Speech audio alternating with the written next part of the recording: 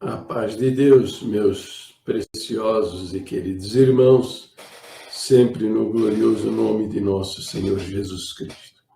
Então, nosso precioso e querido irmão Gideone Fernandes, ele faz a citação de Atos, capítulo 17, verso 31, que diz: porquanto determinou um dia em que com justiça há de julgar o mundo, por meio do varão que para isso ordenou. E disso tem dado certeza a todos, ressuscitando-o dentre os mortos. Aí pergunta: que mundo será julgado? E qual tipo de julgamento será este? Bem, é o seguinte: Basilmar Gomes e Mozaneir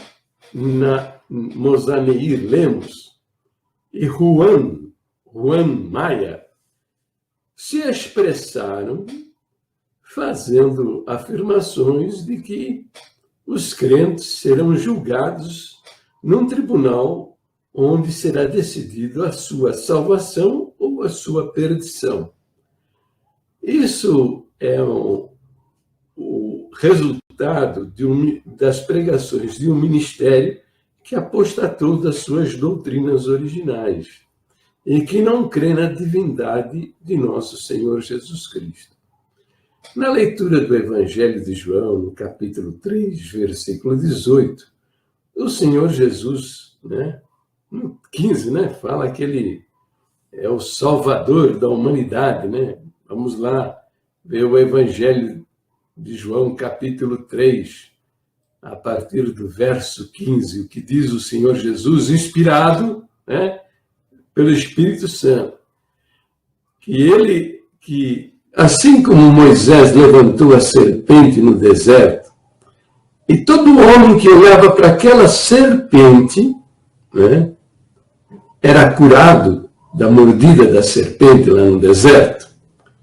Essa serpente era uma figura de Cristo, porque o Senhor Jesus, na cruz do Calvário, assumiu o pecado, a culpa de toda a humanidade, e por isso ali ele é simbolizado como a serpente, o mal, o diabo, o inferno, por causa das nossas culpas. Então, o 14 diz assim: como Moisés levantou a serpente no deserto.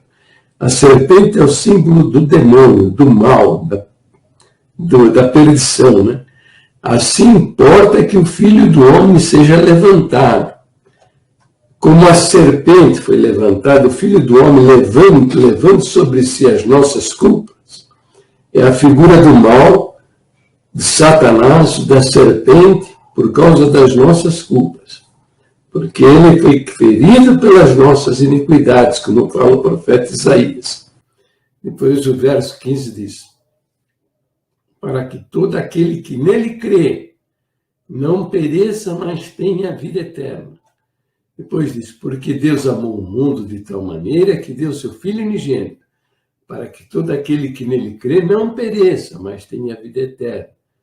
Porque Deus enviou seu Filho ao mundo, não para que condenasse o mundo, mas para que o mundo fosse salvo por ele. Lógico, a culpa de todos nós caiu sobre ele, e ele foi julgado pelas nossas culpas. Então não pode, veja, Deus não pode cobrar uma mesma dívida duas vezes. Cobrou do seu filho na cruz e vai cobrar agora da minha pessoa essas mesmas culpas. Só na cabeça de quem não crê na divindade do Senhor Jesus e naquele que é justiça absoluta. Depois diz assim: quem nele crê não é condenado. Algumas versões dizem: quem nele crê não é julgado. Mas quem não crê já está condenado. Algumas versões dizem: mas quem não crê já está julgado, porquanto não crê no nome do unigênito Filho de Deus. E a condenação é esta, que a luz veio ao mundo e os homens amaram mais as trevas do que a luz, porque as suas obras eram más. Então, é simples assim. São dois tribunais, Basilmar Gomes, Mozaneir Lemos e Gideone Fernandes, todos acreditam que vão comparecer diante de um tribunal para serem julgados por suas obras. E esse tribunal, o resultado pode ser salvação ou condenação. E isso não é verdade. Né? Por quê? São dois os tribunais. Um tribunal que é o tribunal do grande trono branco citado por Balsimar e afirmado por mosainenos e faz parte das crenças de Gideone Fernandes, diz: e viu os mortos, grandes e pequenos, que estavam diante de Deus, e abriram-se os livros, e abriu-se outro livro, que é o livro da vida. E os mortos foram julgados pelas coisas que estavam escritas nos livros, segundo as suas obras. Então, esse tribunal, o mérito dele, é só condenação. Os que estão ali, que comparecerem neste tribunal, ali não vai ser decidido se alguns vão entrar na glória de Deus ou vão parar no inferno. Não. Ali é só condenação. Então, o juiz do universo, que é o eterno, ele vai condenar todas estas pessoas, mas vai abrir diante do universo, diante dos anjos, né, os livros onde estão anotadas as obras de todas estas almas. Veja, eu só vejo uma possibilidade de salvação, mas não podemos fazer doutrina. Não podemos fazer doutrina, presta atenção. As doutrinas bíblicas, elas precisam ter forte fundamentação dentro das Escrituras. A gente não faz doutrina com 1 ou 2 versinhos, que é o que vocês fazem o tempo todo. Pega um versinho que não está dizendo absolutamente nada, perverte o sentido e faz uma doutrina. Não é assim. As doutrinas bíblicas, elas são muito bem fundamentadas dentro das Escrituras. Por exemplo, a doutrina da Trindade. Mateus 28, 19, todo mundo acha que a doutrina de Trindade teve origem nesse versículo aí. Ele é uma maravilhosa exposição da doutrina da Trindade. O Senhor ordenando batizar em nome do Pai, do Filho e do Espírito Santo. Então, todo mundo acha que a doutrina da Trindade teve origem nesse versículo. Não, não é. Se fosse só esse versículo, homens de Deus, homens que têm cuidado com a palavra de Deus, o que ela ensina, jamais faria doutrina em cima de um versinho só. A doutrina da Trindade existe porque são centenas de versos do livro de Gênesis ao livro do Apocalipse mostrando isso. Entendeu? Então, por isso existe a doutrina da Trindade. Então, veja, eu vou mostrar aqui, nesse texto de Apocalipse 20, versículo 11 e 12, uma frase no meio dos 2 versos que diz: e abriu-se outro livro, que é o da vida. Por quê? Num tribunal onde o mérito é apenas condenar, provar que essas pessoas todas merecem o inferno, por que abrir um livro? O outro livro, né? Abriu-se outro livro que é o da vida, que é para conferir, talvez, né, sei lá, conferir se nele algum que não merece condenação, não sei. Veja, o que eu entendo, tá, mas não faço doutrina, recomendo, não faça doutrina disso, é que, veja, o Evangelho hoje, 2/3 da humanidade nunca ouviu falar o nome do Senhor Jesus. Quanto mais ouvir o Evangelho. O que é o Evangelho? O Evangelho está muito bem descrito no capítulo 3, versículo 15 a 18, que eu li alguns minutos atrás. Abra o Evangelho de João, capítulo 3, versículo 15 a 18, e leia com atenção e guarde bem no seu coração que esse é o Evangelho. Quem nele crê não é condenado ou não é julgado, mas quem não crê já está condenado, já está julgado, porque não crê na suficiência daquele sangue derramado para o perdão do seu pecado, dos seus pecados e a salvação da sua alma. Esse é o Evangelho. 2/3 da humanidade nunca ouviu falar nisso. Tá? Eu acredito ainda. Tá? Então, veja, no meio dessas bilhões de almas que nunca ouviram falar do Senhor Jesus, eu devo reconhecer a homens, mulheres que viveram vidas dignas. Entendeu? Mas nós, você, eu, milhares de crentes, somos os responsáveis, porque a nossa obrigação principal é levar o Evangelho da salvação para essas almas. Não o Evangelho que vocês acreditam e vocês vivem pregando, que é não usar bigodão, não usar costeleta, não usar barbicha, não usar cabelo amarrado atrás, não usar camiseta regata. Essa lista de coisas que você não deve fazer, e essa lista de coisas que você deve praticar, isso não é o Evangelho. O Evangelho é para ser pregado até para índios com a bunda de fora.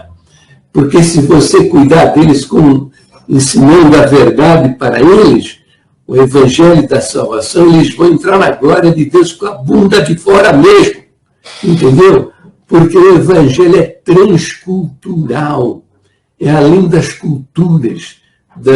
Porque se o Evangelho fosse preso a uma cultura, seria um absurdo o Senhor Jesus dizer: ide por todo mundo e pregar o Evangelho a toda criatura. Isso não tem cabimento. Você não vai começar a entrar numa nação, ficar pregando contra a cultura deles, aquilo que eles praticam milhares de anos. Entendeu? Essas mudanças culturais, quem faz é o Espírito Santo, ao longo do tempo. É como a igreja primitiva, que recebeu, batizaram, receberam no meio deles homens casados com várias mulheres. Por quê? Porque não era possível mudar isso daí. Batizaram homens que tinham dezenas de escravos, homens que se apropriavam do trabalho e do serviço de outras pessoas. Entendo? Não é possível mudar isso aí. Essas coisas mudaram com o tempo. O Espírito Santo e o tempo mudou estas coisas.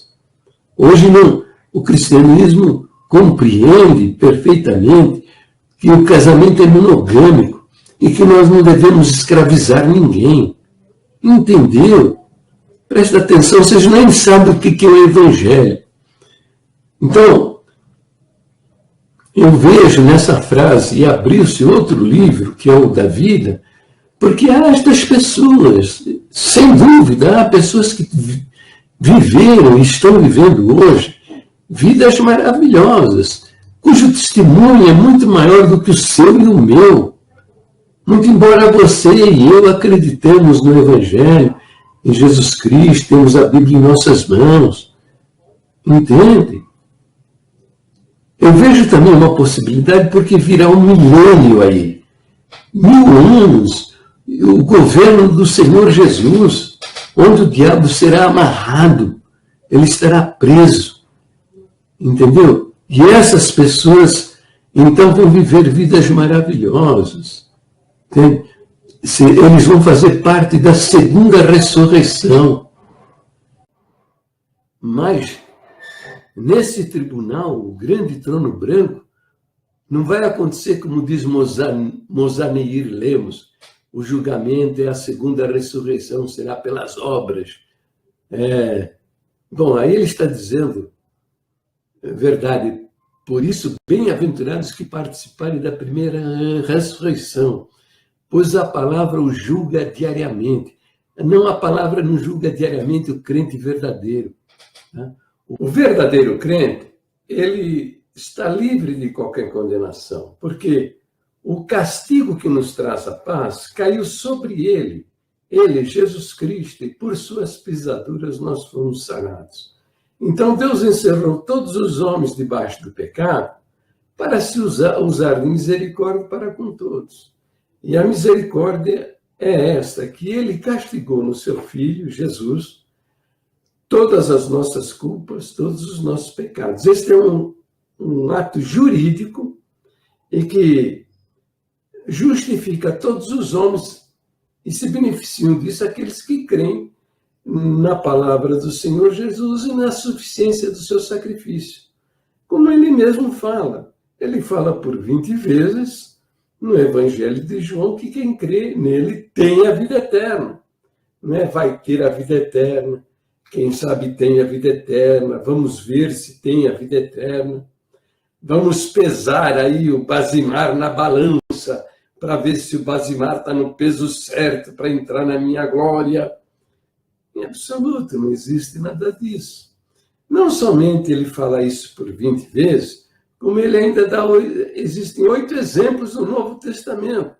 Pessoas que queriam um milagre em suas vidas, e o Senhor Jesus concedeu-lhes o milagre, curou estas pessoas e disse: a tua fé te salvou. Verbo salvar no passado. Isso quer dizer o seguinte: estas pessoas foram salvas num momento que nós não sabemos quando, porque o Novo Testamento não relata. Mas sabemos que foi no momento em que eles viram, né? Os cegos não viram, mas ouviram o Senhor Jesus e creram que esse era o Salvador da humanidade. Está passando os versos aí para que você entenda, né? Que Jesus é o Deus encarnado, Deus que se fez homem, habitou entre nós, é o Salvador da humanidade, pagou o preço da nossa salvação e está dizendo com todas as letras, de uma maneira clara e inconfundível, que quem crê tem a vida eterna. Não é vai ter, não sei se vai ter, vamos ver se vai ter, e outras crendices mais na apostasia das nossas doutrinas originais. Então quer dizer, irmão Jair, que eu estou livre então para pecar? Eu posso pecar livremente, não tem problema nenhum? Esse é o argumento principal daqueles que não acreditam na divindade do Senhor Jesus e não acreditam na sua palavra. Acreditam mais no São Tiago do que no próprio Deus que se fez homem e habitou entre nós e é o Salvador das nossas almas. Não, em absoluto.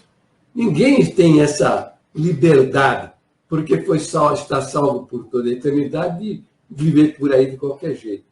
Porque a palavra de Deus fala que filho há a quem o pai não disciplina? O crente verdadeiro está debaixo da disciplina de Deus. Se ele quiser desobedecer, andar no pecado, ele vai ser disciplinado por Deus. É simples assim. Simples assim. Leia lá no capítulo 12 de Hebreus que você vai ver que Deus nos trata como a filhos e que filho há a quem o pai não disciplina. Agora vocês ficam olhando por aí, vendo crentes aí, dizendo-se salvo por toda a eternidade, no adultério, mentindo, enganando, entendeu? Não vamos desprezar o ensino da palavra de Deus porque por causa do mau testemunho de homens. Provavelmente ele não é salvo. Ele não conhece a Deus, o Senhor não está na vida dele. Ele está vivendo no pecado e não há nenhuma disciplina a respeito dele. Essa é a prova de que ele não é nascido de Deus, que ele nada tem a ver com o Senhor. Ele fala, mas a vida dele não está provando nada. Como o Tiago fala, vocês gostam muito do que Tiago diz, né? Tiago diz que fé sem obras é morta. É verdade, mas é só interpretar direitinho o que Tiago está dizendo. o verdadeiro crente é nascido de Deus e ele tem poder para viver uma vida digna na sua presença. O crente verdadeiro tem a orientação, a ação do Espírito Santo na sua vida para viver uma vida digna, para que ele seja revestido do poder de Deus e com esse poder ele manifeste a glória de Deus na face dessa terra, onde ele pise a planta do pé dele, se transforme num vale de bênção, e ele liberte as pessoas dos demônios, os espíritos maus saiam correndo da sua presença, e ele anuncia o evangelho, cure os enfermos, faça milagres e maravilhas para que o nome do Senhor Jesus seja glorificado e as almas venham ser salvas. O Juan Maia se refere a ele citando 2 Coríntios, capítulo 5, verso 10. Diz assim: porque todos devemos comparecer ante o tribunal de Cristo, para que cada um receba segundo o que tiver feito por meio do corpo, ou bem ou mal. São dois os tribunais.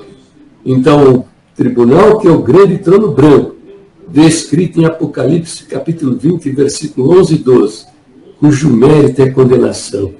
O outro tribunal é o tribunal de Cristo, que está descrito em 2 Coríntios, e também está em Romanos, capítulo 12, verso 10, que diz: mas tu, porque julgas teu irmão, ou tu, também porque despreza teu irmão, pois todos havemos de comparecer ante o tribunal de Cristo. Então, esse tribunal, o tribunal de Cristo, não é o mérito dele, não é a condenação, já que todos os que comparecerem nesse tribunal são almas salvas por toda a eternidade. Quando chegarem lá, não, é aqui e agora. Salvação é aqui e agora, não é futura. Ou você tem ou você não tem. Então, o mérito desse tribunal é a entrega das coroas, a coroa da justiça, a coroa de glória, a coroa da vida. São os galardões, são os prêmios, são as recompensas, são o reconhecimento que haverá para os crentes salvos, pelo testemunho que deram aqui nesta vida. E até aquele crente que não deu bom testemunho, que só deu mau testemunho, ele vai lá, a palavra, o apóstolo Paulo fala, né? Mas esse tal será salvo, porém como um tição tirado do fogo. Então, esse crente que deu mau testemunho, Paulo fala a respeito dele, lá em 1 Coríntios capítulo 3, mas o tal será salvo, porém como um tição tirado do fogo. Então, eu não sei exatamente, está falando em tição, tição é a madeira que está em brasa, então um fogo. E lá, Paulo fala em 1 Coríntios 3 também, fala em fogo, que fogo julgará a obra de cada um. Né? Se será ouro, palha, feno, a obra julgará, o fogo julgará a obra de cada um. Fogo significa julgamento. Mas, lembrando, o mérito desse tribunal não é condenar, já que o Senhor Jesus diz: os que creem, aqueles que creem não serão julgados. Em outras versões diz: os que creem não serão condenados. Então, esse tribunal, quando é que vai ocorrer? Então, veja, nós estamos na iminência da última semana da profecia das 70 semanas profetizadas por Daniel. A última semana é o governo do anticristo. Então, eu acredito que a primeira ressurreição acontecerá exatamente quando iniciar-se o governo do anticristo. A igreja será arrebatada. Aqueles que realmente crerem na suficiência desse sangue derramado. E serão arrebatados na glória. A primeira coisa que acontecerá é o tribunal de Cristo. Todos os crentes salvos nesse tribunal receberão, então, as suas coroas, galardões, prêmios, recompensa, reconhecimento. E depois disso ocorrerá as bodas do Cordeiro. E aqui na terra, são 7 anos para isso. Julgamento e bodas. 7 anos. E aqui na terra, o que acontecerá? Aqui na terra o mundo entrará estará sofrendo com o governo do anticristo. Então, eu expliquei a vocês aí 2 tribunais. O tribunal, o grande trono branco, que o mérito dele é condenação. E o tribunal de Cristo, que é o tribunal para os salvos, os crentes salvos por toda a eternidade. Entenderam? Deus abençoe a todos e fiquem na paz gloriosa do nosso Deus, sempre no precioso sangue do Cordeiro de Deus, que deu a sua vida para a salvação das nossas almas.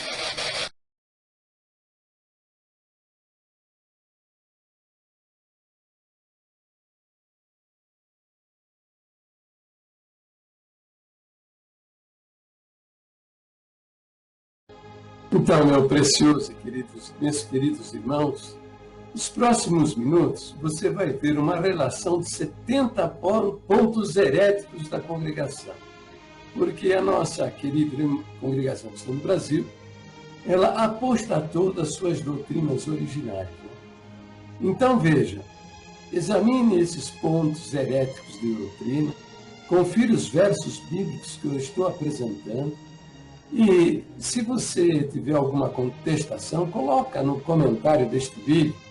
Se tem alguma dúvida, também pergunte, tá bom? Eu estou disposto a responder todos os seus questionamentos, tá bom? Um beijo nos vossos corações, se inscreva no meu canal do YouTube, tá certo? Divulgue os meus vídeos nas redes sociais, no Facebook, no Instagram, lá nas comunidades do Google+, viu? Para que a nossa Irmandade conheça o verdadeiro Evangelho e salve suas almas. Deus abençoe a todos e fiquem na paz gloriosa do nosso Deus, sempre no precioso nome do Senhor Jesus.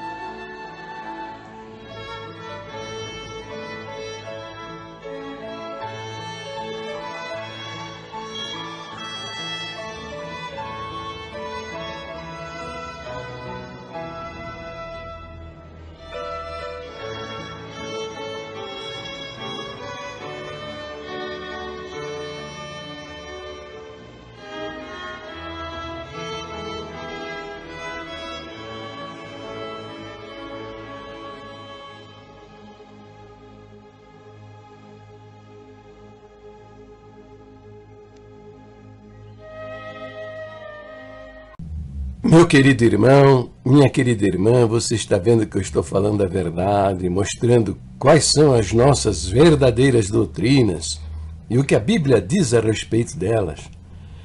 Divulgue meus vídeos, compartilhe-os nas redes sociais, no Facebook, no Instagram, lá no Twitter, lá nas comunidades do Google+. Compartilhe para que a nossa Irmandade conheça o verdadeiro Evangelho e salvem as suas almas. Também se inscreva no meu canal do YouTube, tá bom? Se nesse esforço, nessa batalha, ganharmos uma alma para o reino de Deus, os anjos vão cantar hino de louvor ao Senhor nosso Deus lá no céu e nós seremos ricamente abençoados. Um beijo nos vossos corações e fiquem todos na paz gloriosa do nosso Deus, sempre no precioso nome do Senhor Jesus.